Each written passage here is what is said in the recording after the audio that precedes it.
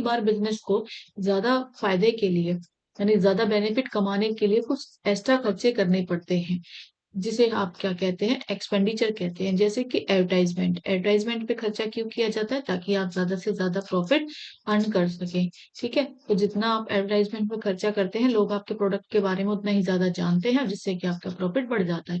तो ऐसे खर्चों को क्या कहते हैं? एक्सपेंडिचर। देखिए प्रॉफिट क्या होता है।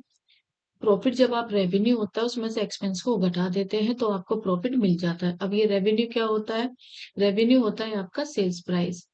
ठीक है, जितने रुपए पे आप चीजों को बेच रहे हो। कितने रुपए पे बेच रहे हो? सपोज कीजिए आप 50 रुपए पे चीज बेच रहे हो। क्या प्रोडक्ट है आपका?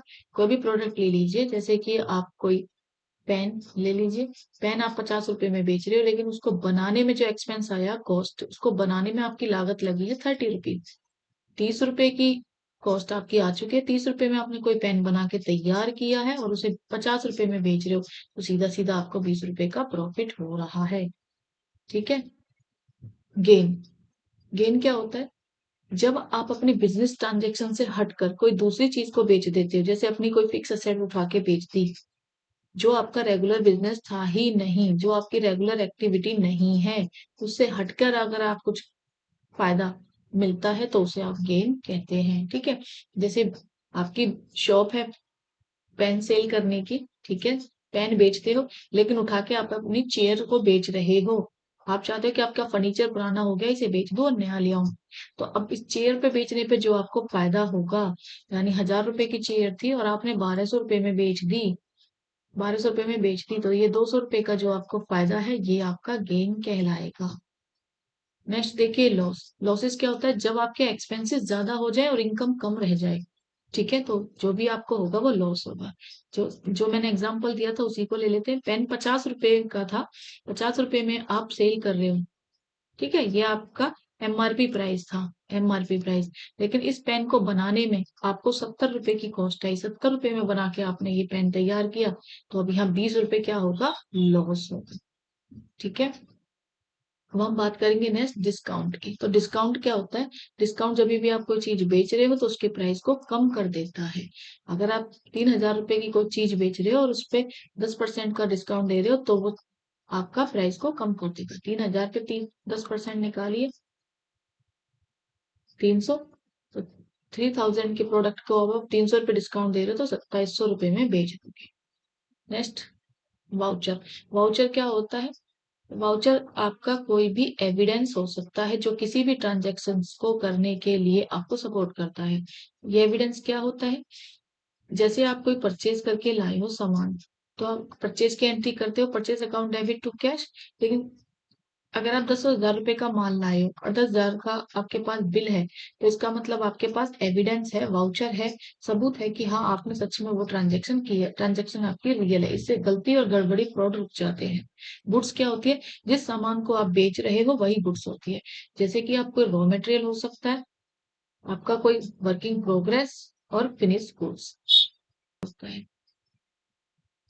जैसे सपोज कीजिए कि आप क्लोथ्स बेचना चाहते हैं। अब कपड़े को बनाने के लिए आपको पहले रॉ मटेरियल लेना पड़ेगा। रॉ मटेरियल क्या हो सकता है?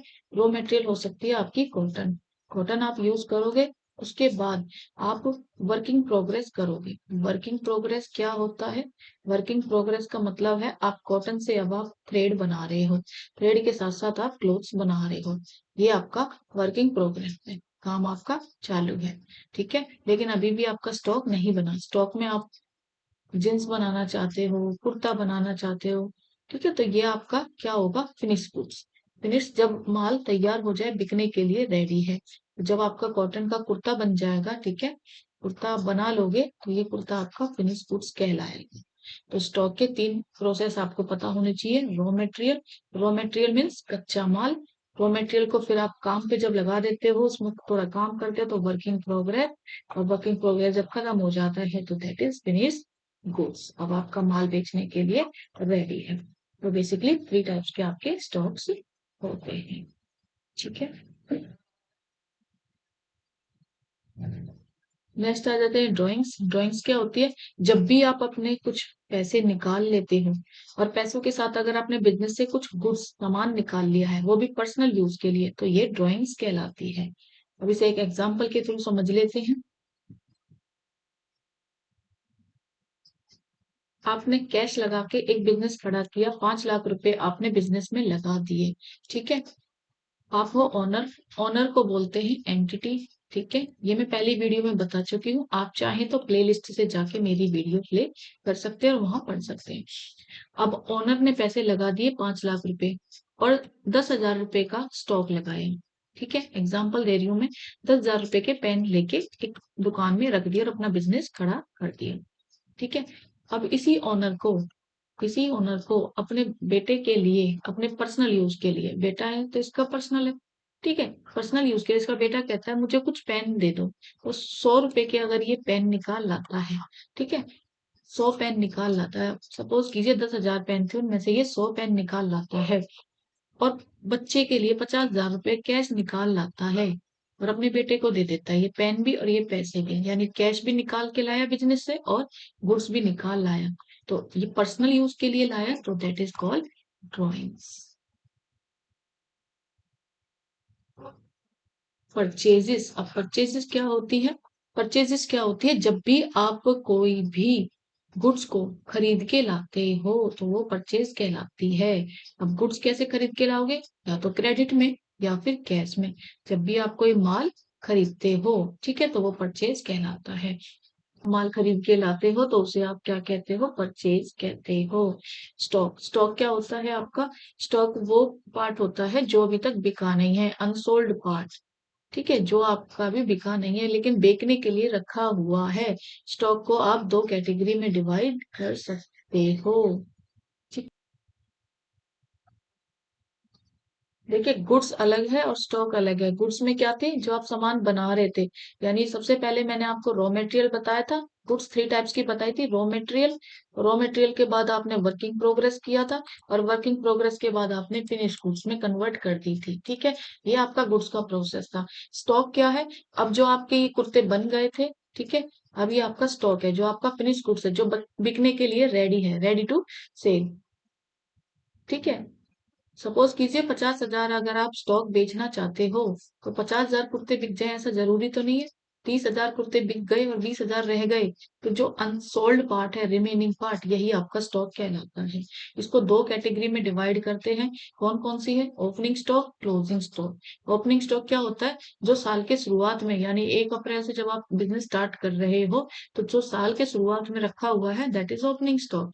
और जब 31 मार्च को आप बिजनेस क्लोज कर रहे हो, तो उस टाइम पे जो बच गया है, माल नहीं बिका है, that is called closing stock. Balance sheet. Balance sheet क्या होती है? बैलेंस शीट प्रिपेयर की जाती है at the end of the each accounting period. Accounting period मैंने बताया 1 अप्रैल से 31 मार्च। ठीक है, 1 अप्रैल से 31 मार्च के टाइम पीरियड में आप बैलेंस शीट बनाते हो। और एट द एंड का मतलब 31 मार्च को आप बैलेंस शीट बनाते हो। क्यों बनाते हो? बैलेंस शीट आपकी फाइनेंशियल पोजीशन है। तो जब भी आप किसी भी कॉम्पिटेटिव एग्जाम में ईएमआरएस हो, चाहे DSSS भी हो, चाहे आपका एनबीएस हो, किसी भी एग्जाम में देखते हो फाइनेंशियल पोजीशन, तो फाइनेंशियल पोजीशन में आप क्या पुट कर देते हो? Balance sheet. बैलेंस शीट बनती कैसी है? परफॉर्मा देखिए आपकी स्क्रीन पे।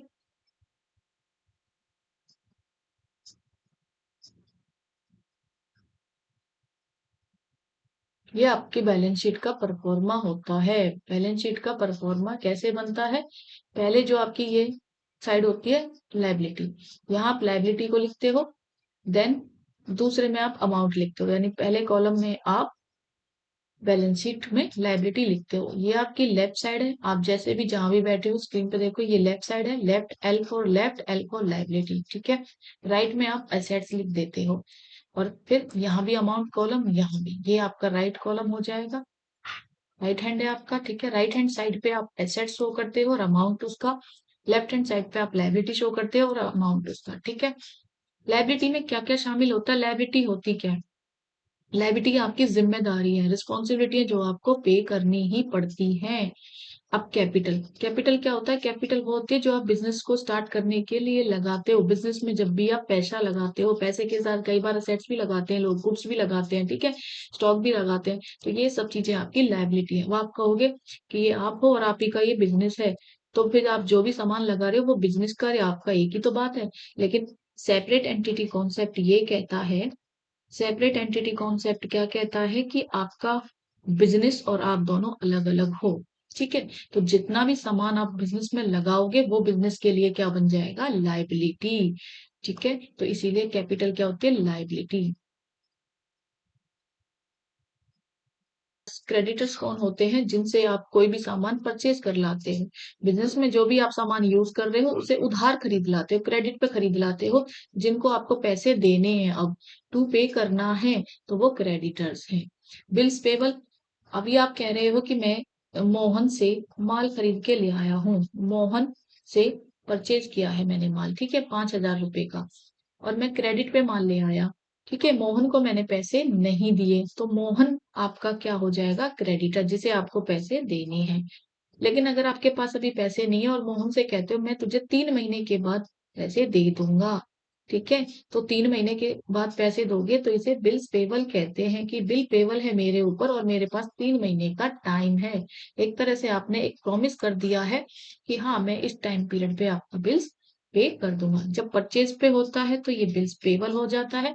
अगर आप इसे सेल्स पे कर देते हो, ठीक है, सेल्स पे आप किसी को उधार बेच देते हो, क्रेडिट पे सेल कर देते हो, तो जिसे आपने माल बेचा है, राम को माल बेचा है, ठीक है, राम को माल सोल्ड किया, तो राम आपका डेटर हो जाएगा, और राम आपको 3 महीने का टाइम लेता है पैसे देने में, तो राम आपको बिल्स रिसीवेबल इशू कर देगा, जो आपके लिए एसेट्स होंगी।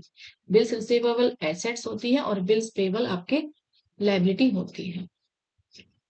आउटस्टैंडिंग एक्सपेंसेस, आउटस्टैंडिंग एक्सपेंसेस कौन से होते हैं? जो कि आपने अभी किए नहीं है लेकिन ड्यू हो चुके हैं, अभी आपने ड्यू हो चुके हैं लेकिन आपने किए नहीं। जैसे आपने सैलरी देनी थी, ठीक है, अपने एम्प्लॉय को, तो ये आपके लिए एक खर्चा है। आपने 1 साल की सैलरी देनी थी, 12 महीने की, और अगर आपने 9 महीने की सैलरी उसे पे कर दी, लेकिन अभी 3 महीने की सैलरी देनी बाकी है, तो आपके ऊपर जिम्मेदारी है कि मुझे 3 महीने की सैलरी देनी है, तो यही होते हैं आपके आउटस्टैंडिंग एक्सपेंसेस, जो ड्यू तो हो चुके हैं। एम्प्लॉय ने आपके ने काम तो कर दिया, उसने ये कमा तो लिए, वो ड्यू हो चुके हैं लेकिन आपने पेड नहीं किए हैं, तो due but not paid, due हो चुके लेकिन आपने खर्चे पे भी पेड नहीं किए हैं, दैट इज कॉल्ड आउटस्टैंडिंग। तो नहीं किए हैं तो आपको करने हैं, जिम्मेदारी है, आउटस्टैंडिंग एक्सपेंसेस। बिजनेस को चलाने के लिए जब भी आप कहीं से लोन लेते हैं, या चाहे तो आप बैंक से लोन ले सकते हैं या किसी भी फाइनेंशियल इंस्टीट्यूशन से जो आपको लोन प्रोवाइड करे, उधार दे दे पैसा, तो उसको कहते हैं लोन। ये आपको उधार मिल तो गया लेकिन आपको पे तो करना ही पड़ेगा, ठीक है, तो ये भी आपकी लायबिलिटी है। बात करते हैं एसेट्स की। लैंड, लैंड होती है कोई भी जमीन का टुकड़ा जिसे आप यूज कर रहे हो, कोई भी जमीन जिसे आप यूज कर रहे हो अपने ऑफिस के लिए, ठीक है, तो वो आपकी एसेट्स है। वो जमीन आपको कमा के दे रही है, ऐसे याद रख लेना। एसेट्स आपकी अर्निंग कैपेसिटी है, होती है, अर्निंग होती है, आपको अर्निंग देती है। बिल्डिंग, बिल्डिंग अगर इसी जमीन पे आपने कोई बिल्डिंग बना दी, तो ये बिल्डिंग भी कई सालों तक चलेगी और आपको लगातार अर्निंग देगी, ठीक है, तो ये भी आपकी एसेट्स है। फर्नीचर, फर्नीचर आपने इस बिल्डिंग में कुछ फर्नीचर रख दिया है, चेयर्स रख दिए, सोफे रख दिए हैं, तो ये सब आपका सोफा, चेयर, टेबल, ये सब आपका फर्नीचर है जो कि आपको पैसे कमा के दे रहा है। काम को करने के लिए मशीन लाए हो, ये भी आपको अर्निंग दे रही है, तो ये भी आपकी क्या है? एसेट्स है। स्टॉक, अब आप स्टॉक रख सकते हो, ओपनिंग स्टॉक साल के स्टार्टिंग में, और जो बिना बिके रह जाता साल के अंत में, ठीक है, तो दोनों प्रकार के स्टॉक मैं बता चुकी हूँ। बिल्स रिसीवेबल मैंने बताया कि जब भी आप किसी को सेल कर देते हो, वो भी क्रेडिट पे, उधार में माल बेच देते हो, वो आपका डेटर कहलाता है। डेटर आपको पैसे देगा, डेटर बिजनेस को पैसे देगा क्योंकि अभी वो उधार लेके गया है, ठीक है, और वो 3 महीने के बाद देगा, तो ऐसा वो लिख के दे रहा है, रिटर्न में साइन कर रहा है, तो उसको आप एक बिल्स रिसीवेबल इशू कर देते हो, ठीक है, आप बना के दे रहे हो उसको एक पेपर पे, ड्रॉवर को आप बना रहे हो, तो वो रिसीव कर रहा है कस्टमर, तो वो क्या हो जाएगा? ड्रॉई हो जाएगा। और ड्रॉई यानी आपने जिसको भी माल बेचा है वो प्रॉमिस करेगा मैं 3 महीने के बाद आपको पैसे दे दूंगा। तो ये सारी जो टर्म्स कंडीशंस एक पेपर पे लिखे, that is called bills receivable. ठीक है। और डेटर क्या होता है? जिसे आप माल उधार बेचते हो, दैट इज कॉल्ड डेटर। अब उधार माल बेचा है तो उससे आपको पैसा मिलेगा ही, तो डेटर भी आपकी क्या है? एसेट्स होती है। नेक्स्ट देखिए, एक्सपेंडिचर। एक्सपेंडिचर मैंने बताया कि जब भी आप कोई एक्स्ट्रा बेनिफिट चाहते हो, ज्यादा कमाना चाहते हो, सम एक्स्ट्रा बेनिफिट चाहते हो, ठीक है, अगर आप ज्यादा बेनिफिट चाहते हो तो उसके लिए जो भी आप अभी स्पेंड कर रहे हो, खर्चा कर रहे हो, वो एक्सपेंडिचर होता है। अभी एक्सपेंडिचर कितने टाइप्स का होता है? एक्सपेंडिचर आपका 2 टाइप्स का होता है। पहला होता है आपका कैपिटल एक्सपेंडिचर और दूसरा होता है आपका रेवेन्यू एक्सपेंडिचर। तो अब बात करते हैं कि कैपिटल एक्सपेंडिचर क्या होता है और रेवेन्यू एक्सपेंडिचर क्या होता है। क्या होता है? कैपिटल एक्सपेंडिचर वो होता है जब भी आप अपनी कोई भी असेट्स खरीदते हो, ठीक है, या उसकी कैपेसिटी को बढ़ाने के लिए कोई खर्चा करते हो, या एसेट्स को खरीदने के लिए, एसेट्स को लेने एक्वायर करने के लिए जब भी आप खर्चा करते हो तो उसे कैपिटल एक्सपेंडिचर कहते हैं। याद कैसे रखोगे? कैपिटल एक्सपेंडिचर फिक्स असेट्स पे किया जाता है, ऐसे याद रख लेना। फिक्स असेट्स पे किया जाता है या लॉन्ग टर्म चीजों पे किया जाता है। लॉन्ग टर्म, लॉन्ग टर्म क्या होता है? लॉन्ग टर्म टाइम पीरियड होता है 1 साल से ज्यादा, ठीक है, मोर देन 1 ईयर। 1 साल से ज्यादा जो चीजें यूज हो रही हैं उस पे जो भी खर्चा किया जाता है कैपिटल एक्सपेंडिचर कहलाता है। या तो ये कोई फिक्स असेट्स के लिए यूज किया जाएगा या बिजनेस की अर्निंग कैपेसिटी को बढ़ाने के लिए। कैपिटल एक्सपेंडिचर का खर्चे का जो अमाउंट होता है वो भी ज्यादा होता है, ठीक है। तो ऐसे भी आप याद रख सकते हो, काफी मोटी रकम होती है, ठीक है। एक बार ऐसा खर्चा कर दिया लेकिन उसका बेनिफिट कई सालों तक मिलेगा। एक बार बिल्डिंग खरीद ली, ठीक है, वो बिल्डिंग कई सालों तक लगातार आपको कमा के देगी। एक बार मशीन खरीद ली तो मशीन भी आपको कई सालों तक कमा के देगी। तो बिल्डिंग पे किया हुआ खर्चा, मशीन पे किया हुआ खर्चा, ये कैपिटल एक्सपेंडिचर कहलाता है। और बेनिफिट्स क्या है आपको एक्सपेंडिचर करने के? क्योंकि आपको लॉन्ग टाइम तक बिजनेस करना है तो इसलिए आप एक बार पैसा लगा देते हो, फिर उसके बाद उसको आपको फायदा लंबे टाइम तक बिजनेस में होता रहता है। किस चीज पे पैसा लगाते हो? या तो आप कोई एसेट्स खरीद लेते हो। एसेट्स दोनों टाइप की हो सकती है, टेंजिबल मशीन जो आपको दिखाई दे, बिल्डिंग आपको दिखाई दे, ठीक है, बिल्डिंग मशीन। इंटेंजिबल जो आपको दिखाई ना दे लेकिन आपने खर्चा किया, कोई पेटेंट खरीद लिया, कोई गुडविल परचेज कर ली, ठीक है, गुडविल बना ली, कॉपीराइट ले लिया। तो ऐसी चीजों पे जब आप खर्चा करते हो जो आपको दिखाई नहीं दे रही लेकिन वो सर्विस आप इंजॉय कर रहे हो, तो इस पे भी आप जो खर्चा कर रहे हो वो भी क्या है? कैपिटल एक्सपेंडिचर ही कहलाएगा। या अपनी अर्निंग कैपेसिटी को बढ़ाने के लिए खर्चा कर दिया, जैसे आपने बिल्डिंग छोटी सी थी, ठीक है, तो उसको अब बिल्डिंग को बड़ा कर दिया, एक्सपेंड कर दिया, तो एक्सपेंड करने में जो खर्चा आया, ठीक है। या बिल्डिंग 1 फ्लोर था, अब आपने 2nd फ्लोर बना दिया, तो जो भी आपका ये खर्चा आ रहा है ये एक्सपेंडिचर कैसा हो जाएगा? बिल्डिंग को 2nd फ्लोर तक ले जाने का, ये कैपिटल। एक बार आपने खर्चा कर तो दिया, कई सालों तक आपको उसका फायदा होगा। अब आप सम एग्जांपल्स दे सकते हैं। आपके कॉम्पिटेटिव एग्जाम में कैसे आता है क्वेश्चन, कि कोई भी एग्जांपल दे देंगे आपको और बताना है कि कौन सा एक्सपेंडिचर है, कैपिटल है या रेवेन्यू है। तो एक्सपेंडिचर जो किसी भी फिक्स असेट्स को एक्वायर करने के लिए, फिक्स असेट्स को खरीदने के लिए किया जाए तो वो क्या है? Capital expenditure. या फिर उसको फिक्स असेट्स जो आपने ली है उसकी इम्प्रूवमेंट पे खर्चा किया जाए और इम्प्रूवमेंट पे बड़े अमाउंट का खर्चा हो रहा है, ठीक है, या उसके एक्सटेंशन पे खर्चा हो रहा है, तो भी ये क्या कहलाया जाएगा? Capital expenditure. अभी यहाँ बच्चे कंफ्यूज होते हैं। अगर छोटी मोटी रिपेयर है, बिल्कुल छोटी मोटी रिपेयर, ठीक है, तो वो तो रेवेन्यू में चली जाएगी। लेकिन मशीन आपका बड़ा खर्चा मांग रही है, बिल्डिंग बड़ा रिपेयर मांग रही है, तो वो सारा आपका कैपिटल एक्सपेंडिचर है। लीगल चार्जेस हैं, आपकी फर्म पे, आपके बिजनेस पे कोई केस चल रहा है, आप उसको निपटने के लिए वकील को कई सालों से लगातार फीस दे रहे हैं, तो ये भी आपका कैपिटल एक्सपेंडिचर है। लगातार कई सालों तक ये खर्चा होता है या इसका यूज आपको कई सालों तक मिलता है। परचेज ऑफ लैंड, कोई लैंड ली, बिल्डिंग ली, तो भी ये कैपिटल एक्सपेंडिचर है।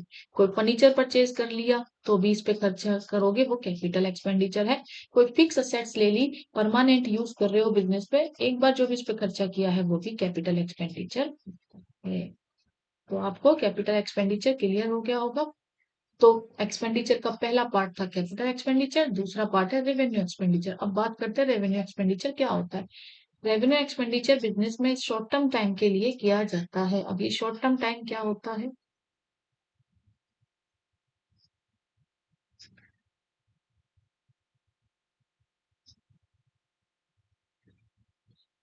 मोस्टली ये बेनिफिट कब होता है? रेवेन्यू एक्सपेंडिचर का बेनिफिट क्या होता है कि जब आप बिजनेस कर रहे हो करंट ईयर में, करंट ईयर मतलब इसी साल, यानी एक साल के अंदर जो भी आप बिजनेस में खर्चा करते हो, 1 अप्रैल से 31 मार्च के बीच में जो भी आप खर्चा कर रहे हो वो आपका क्या कहलाता है? Revenue expenditure. चाहे आप अपने बिजनेस को एडमिनिस्ट्रेट कर रहे हो, चाहे आप कोई मैन्युफैक्चर चीजें कर रहे हो, कोई सामान बनाने पे खर्चा कर रहे हो, या आप उसको सेलिंग करने पे एक्सपेंस कर रहे हो। सेलिंग मतलब कि जैसे वैन डिलीवरी के चार्जेस दे रहे हो, ठीक है, या फिर ट्रांसपोर्ट पे खर्चा कर रहे हो, ऑफिस में कुछ एक्सपेंस कर रहे हो, स्टेशनरी खरीद रहे हो, ऑफिस के जो एम्प्लॉय है उनकी सैलरी दे रहे हो, तो ये सारी चीजें क्या हो जाएंगी? Revenue expenditure. बिजनेस को हर साल चलाने के लिए जो खर्चा किया जाता है साल के अंदर, 365 दिन के अंदर या फिर 12 महीने के अंदर, तो ये सारा एक्सपेंस किस में आता है? रेवेन्यू एक्सपेंडिचर में। डेफिनेशन देखिए, अगर एग्जाम में कोई डेफिनेशन आती है तो डेफिनेशन में आपको राइटर का नाम याद होना चाहिए। राइटर का नाम क्या है? यहाँ पे कॉलर। एक्सपेंडिचर क्या है? किसके अगेंस्ट चार्ज होते हैं? कोई भी ऑपरेशन। ऑपरेशन कैसा? अगर वो लॉन्ग टर्म का है तो कैपिटल एक्सपेंडिचर, और शॉर्ट टर्म में एक्सपेंडिचर कर रहे हो तो रेवेन्यू एक्सपेंडिचर। ये डेफिनेशन किसने दी? कॉलर ने। आगे हम बात करेंगे अकाउंटिंग प्रिंसिपल्स की या कन्वेंशंस की। अकाउंटिंग को चलाने के लिए, अकाउंटिंग को करने के लिए कुछ प्रिंसिपल्स बनाए दिए हैं, कुछ कन्वेंशंस बनाई हुई हैं। आइए उन पे बात करते हैं कि ये कौन से प्रिंसिपल हैं जो हमें फॉलो करने पड़ते हैं।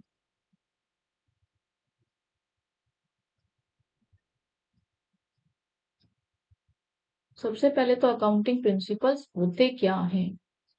जो प्रिंसिपल्स ऑफ अकाउंटिंग है वो एक जनरल लॉ है या एक रूल है जो हमें फॉलो करने पड़ते हैं, या जो हमें गाइड करते हैं कि किस तरह से हम अपने जो बेसिस हैं अकाउंटिंग के, उनको किस तरह से कंडक्ट करें, किस तरह से उनकी प्रैक्टिसेस करें। तो जो अकाउंटिंग प्रिंसिपल है वो किसने बनाए हैं? तो वो ह्यूमन ने ही बनाए हैं, मेड मेड है।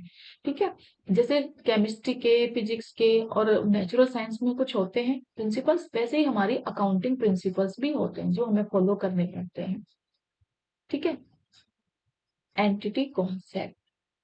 बिजनेस एंटिटी कॉन्सेप्ट क्या कहता है कि बिजनेस अलग है और बिजनेस को करने वाला पर्सन अलग है, यानी ओनर अलग, ये कोई ओनर है वो अलग, और ये बिजनेस अलग। ठीक है, दोनों अलग है, ये बिजनेस एंटिटी कॉन्सेप्ट कहता है। ठीक है, एंटिटी सेपरेट कॉन्सेप्ट कि बिजनेस अलग और बिजनेसमैन अलग, दोनों अलग अलग है, इन दोनों को अलग अलग रखो।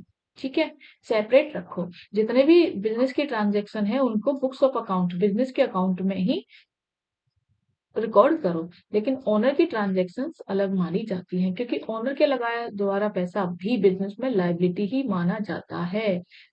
बिजनेस कहता है कि ये मुझे रिटर्न करना है ओनर को। ठीक है, dual dual expect concept. Dual expect concept क्या कहता है? ये कॉन्सेप्ट ही कहता है कि जितने भी इक्विवेलेंट हैं, इक्विवेलेंट कॉन्सेप्ट है। इक्विवेलेंस कॉन्सेप्ट क्या होते हैं कि जब भी बिजनेस हम करेंगे उसकी दो ट्रांजेक्शन्स, दो अकाउंट पे इफेक्ट पड़ेगा, एक डेबिट पे और एक क्रेडिट पे। तो ड्यूअल कॉन्सेप्ट कहता है जितना डेबिट पे असर पड़ेगा उतना ही क्रेडिट पे, दोनों साइड इक्वल की होनी चाहिए। जैसे अगर डेबिट 50,000 से किया है तो क्रेडिट भी 50,000 अमाउंट ही होनी चाहिए। जब आप जर्नल एंट्री करते हैं तो दोनों साइड आपकी इक्वल आती है।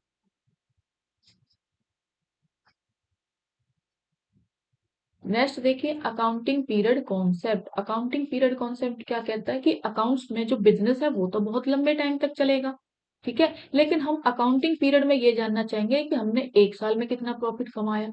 ठीक है, ताकि हमें पता चल जाए हम कितना इन्वेस्ट कर रहे हैं और कितना हम अर्न कर रहे हैं। तो ये अकाउंटिंग पीरियड कब तक चलता है? नॉर्मली जो कैलेंडर होता है वहां तो आप देखते हैं जनवरी से 31 दिसंबर तक, लेकिन जब हम बात करें आपके बिजनेस की तो वहां का टाइम पीरियड होता है 1 अप्रैल से 31 मार्च। यही आपका अकाउंटिंग पीरियड कॉन्सेप्ट कहलाता है। Going concern concept. Going concern concept कहता है कि अज्यूम करके चलते हैं कि बिजनेस जो है वो बहुत लंबे टाइम तक चलेगा, इनडेफिनेट टाइम तक या इनफिनाइट टाइम तक। हम ये सोच के चलेंगे कि वो लंबा टाइम होगा, 10 साल, 20 साल, 30 साल, 50 साल, 100 साल तक कंपनियां चलती हैं। ओनर आते हैं, जाते हैं।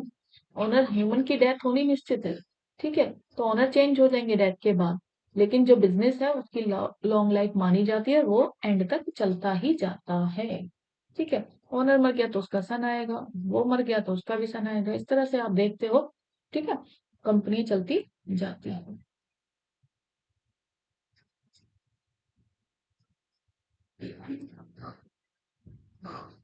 नेक्स्ट देखिए, कॉस्ट कॉन्सेप्ट। कॉस्ट कॉन्सेप्ट क्या कहता है? जितनी भी आपकी फिक्स असेट्स हैं वो रिकॉर्ड की जाती है। ठीक है, किस कॉस्ट पे रिकॉर्ड की जाएंगी? एक तो वो प्राइस जिस पे आप उन्हें खरीद के लाए हो, ठीक है, और दूसरा जो आज के रेट का टाइम है, जो घट गया है या बढ़ गया है।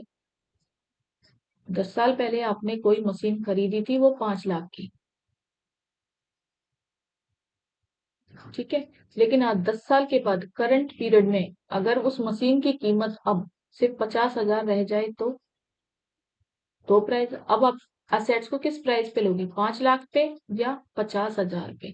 ठीक है, तो कॉस्ट कॉन्सेप्ट क्या कहता है कि अगर वैल्यू फिक्स असेट्स लाए हो तो उस पे आप क्या करोगे? डेप्रिसिएशन भी चार्ज करोगे। ठीक है, जितनी भी आपकी फिक्स असेट्स हैं उसमें से डेप्रिसिएशन लेस करते जाओगे। अब ये डेप्रिसिएशन क्या होता है? जब आप किसी चीज को लगातार कई सालों तक यूज करते हैं तो उसकी वैल्यू में कमी आ जाती है, मशीन में टूट फूट हो जाती है तो वैल्यू डिक्रीज हो जाती है, जिसके कारण उसकी कीमत घटने लगती है। कोई गाड़ी लाते हो, 10 साल चलाते हो, तो फिर उसमें टूट फूट हो जाती है, जब वो बेचोगे तो वो बहुत कम प्राइस में बिकेगी। तो यही होता है डेप्रिसिएशन, किसी चीज को यूज करने से डेप्रिसिएशन हो जाता है। ठीक है, तो डेप्रिसिएशन की डेट तक जो भी आप वैल्यू है, अब आप करंट वैल्यू कौन सी लोगे? ये। ठीक है, तो कॉस्ट कॉन्सेप्ट क्या कहता है कि करंट वैल्यू आप शो करोगे। अगर आप इस पे डेप्रिसिएशन लगाते हो, डेप्रिसिएशन लगाने के बाद 60,000 आती है, और टाइम पीरियड जो आज की वैल्यू ये है, तो दोनों वैल्यू में से आप कौन सी लोगे? जो भी कम है, विच इज लेस। जो वैल्यू कम है वही आप लोगे। ठीक है, और बिल्डिंग के केस में बिल्डिंग भी पुरानी हो सकती है, लेकिन बिल्डिंग और लैंड जो होते हैं, लैंड पे ये डेप्रिसिएशन का काम नहीं करता। लैंड पे काम क्यों नहीं करता? क्योंकि लैंड के प्राइसेस हाई हो जाते हैं, इंक्रीज होते हैं, कभी भी जमीन के प्राइस घटते नहीं है, तो यहाँ पे डेप्रिसिएशन काम नहीं करता। Money measurement concept. Money measure concept क्या कहता है? जब भी आप ट्रांजेक्शन्स करोगे तो कौन सी करोगे? जिन्हें आप मनी में कन्वर्ट कर सकते हो। ठीक है, जितनी भी नॉन फाइनेंशियल ट्रांजेक्शन है, नॉन मॉनिटरी ट्रांजेक्शन है, उन्हें आप अकाउंटिंग रिकॉर्ड में शामिल नहीं करते।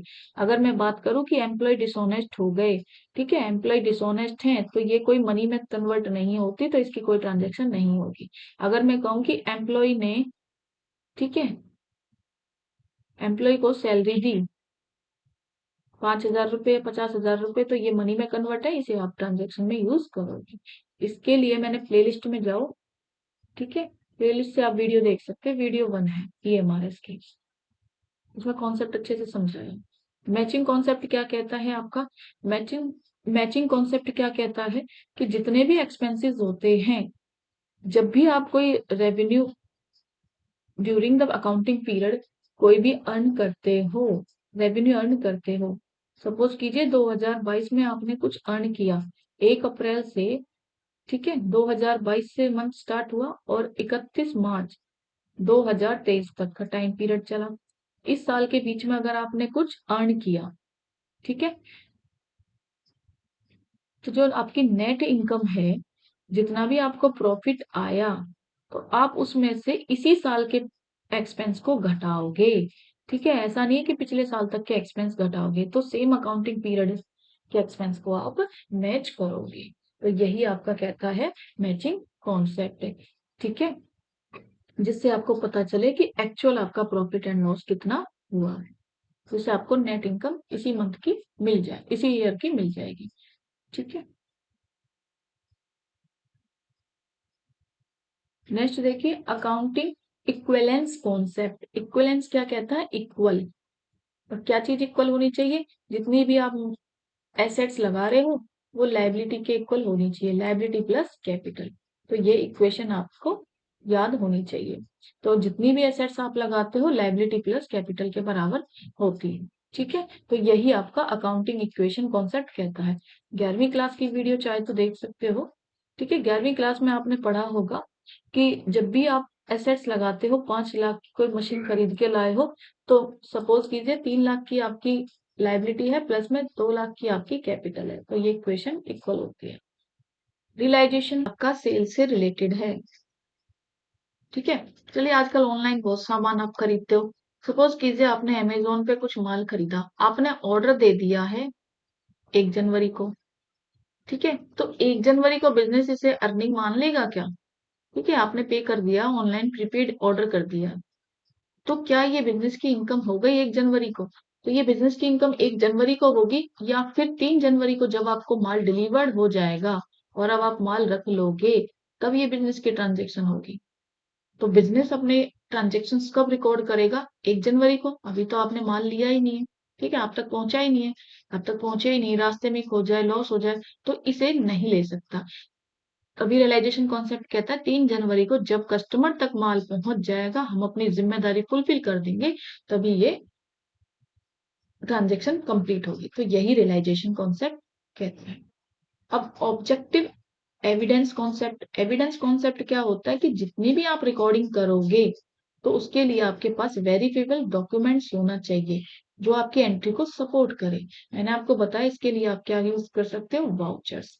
वाउचर्स को आप क्या बोल सकते हो? जहां भी आप एग्जाम में सोर्स ऑफ डॉक्यूमेंट देखोगे, सोर्स ऑफ डॉक्यूमेंट लिखा हुआ, वहीं पे आप ऑप्शन में से वाउचर पे क्लिक कर दोगे। वाउचर क्या होता है? वाउचर बेसिकली आपके पास एक प्रूफ है, वेरीफेबल है, सबूत है, जिससे आपको पता चल जाता है कि ट्रांजेक्शन हुई है या नहीं।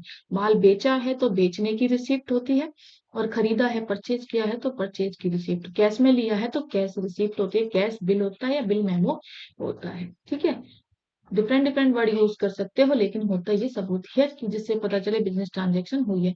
इससे क्या होता है कि बिजनेस में होने वाली गड़बड़ी और गलतियां रुक जाती है।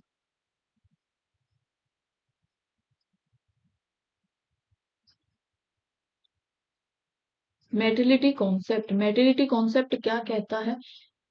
ये भी काफी इंपॉर्टेंट क्वेश्चन है। मेटेरियल कॉन्सेप्ट क्या कहता है कि जितने भी आपके मटेरियल हैं, जितने भी मटेरियल यानी छोटा मोटा सामान, कुछ भी जो भी आपके बिजनेस में है, ठीक है, वो सब इम्पोर्टेंट होता है, सब ही महत्वपूर्ण होता है।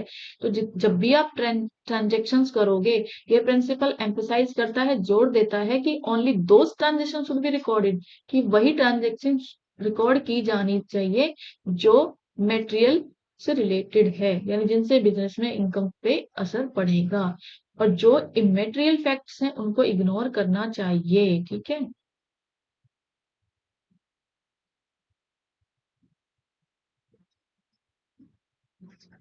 फुल डिस्क्लोजर, फुल डिस्क्लोजर कहता है सब कुछ प्रकट कर दो। प्रकट मतलब दिखा दो, जो भी आप काम कर रहे हो उसे फेयर रखो, दिखाओ। ठीक है, तो जितनी भी आपकी जब भी फाइनेंशियल स्टेटमेंट तैयार कर रहे हो या फिर आप बैलेंस शीट बना रहे हो, तो जितने भी आपके पास इंपॉर्टेंट चीजें हैं, इंफॉर्मेशन है जो कि बिजनेस से रिलेटेड है, ठीक है, एसेट से रिलेटेड है, बिजनेस से रिलेटेड, तो वो सारी आप शो करोगे, बिजनेस में कुछ भी नहीं छुपाओगे। क्या कहती है कि जो भी आप मेथड यूज करते आए हो, पिछले साल आपने जो भी प्रीवियस ईयर, प्रीवियस मतलब पिछले साल आपने जो भी मेथड यूज किया था बिजनेस को हैंडल करने के लिए, वही आप इस साल करोगे, ताकि कंपैरिजन हो सके।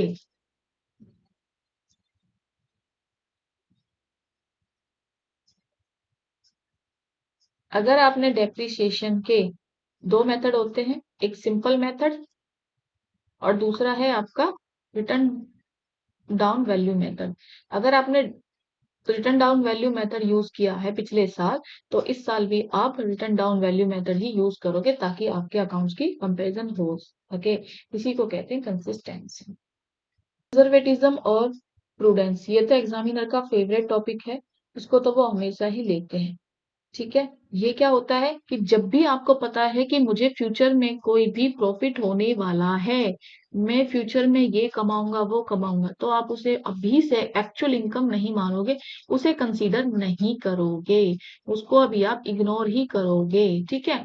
फ्यूचर में होने वाला ना, अभी तो नहीं हो रहा, तो इसलिए बिजनेस में इसे अभी अर्निंग नहीं मानोगे। लेकिन जितनी भी पॉसिबल लॉस है उनके लिए आप तैयारी लेके चलोगे कि अगर मुझे इतना लॉस हो गया फ्यूचर में, तो मैं इससे कैसे निपटूंगा, ये हो सकता है। तो जितने भी फ्यूचर लॉसेस हैं उनको आप कंसीडर करके चलोगे, मान के चलोगे, उनके बचाव के लिए आप अपने पास फंड रखते हुए चलोगे, लेकिन फ्यूचर के जितने भी प्रॉफिट है उनको आप अभी इग्नोर करोगे। ठीक है, जितना हो सके।